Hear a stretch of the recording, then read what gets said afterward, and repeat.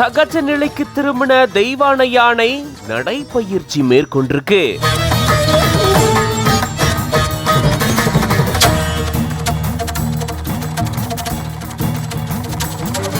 கஜ பூஜைக்கு அப்புறமா ஒரு மாத காலத்துக்கு அப்புறமா இப்போ இயல்பு நிலைக்கு திரும்பி தன்னுடைய வேலைகளை செய்யுது தெய்வானை யானை. பாகன் இறப்புக்கு அப்புறமா மீளா துயரத்துல ஆழ்ந்திருந்த யானை இப்போ பழைய நிலைமைக்கு திரும்பி இருக்கு. திருச்செந்தூர் முருகன் கோயில் யானை தான் தெய்வானை யானை. இந்த யானை தங்குறதுக்காக கோயில் பின்னாடியே குடில் அமைக்கப்பட்டிருக்கு. மேலும் யானை குளிக்கிறதுக்காக சில வருடங்களுக்கு முன்னாடியே 30 லட்சம் ரூபாய் மதிப்பீட்டுல குளியல் தொட்டியும் அமைக்கப்பட்டிருக்கு. கோயில் வளாகத்துல முறையான பராமரிப்போட தெய்வானை யானை வளர்க்கப்பட்டு வந்தது. இந்த சூழல்ல தான் கடந்த மாதம் 18ஆம் தேதி தெய்வானை யானையினுடைய பாகனான உதயகுமார் மற்றும் அவருடைய உறவினர் சிசுபாலன் ஆகிய 2 பேரையும் தெய்வானை யானை தாக்குனதுல 2 பேரும் உயிரிழந்த சம்பவம் பெரும் அதிர்ச்சியை ஏற்படுத்தியிருந்தது. அதை தொடர்ந்து வனத்துறையினர், கால்நடை பராமரிப்புத்துறை அதிகாரிகள் உட்பட 5 குழுவினர் கண்காணிப்புல 1 மாத காலம் தெய்வானை யானை இருந்தது. மேலும் தெய்வானை யானை பாகன் இறப்புக்கு அப்புறமா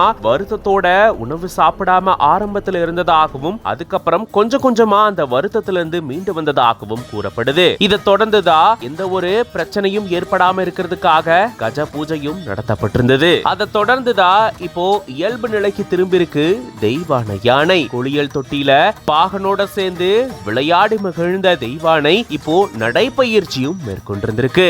சுமார் 500 மீட்டர் தூரம் கொண்ட பாதையில 3 முறை தெய்வானை யானை வலம் வந்திருக்கு. இது பத்தின உங்களோட கருத்துக்களை கமெண்ட்ஸ்ல சொல்லுங்க. மேலும் பல செய்திகளுக்கு பிஹைண்ட் உட்ஸ் பேஜை ஃபாலோ பண்ணிக்கோங்க.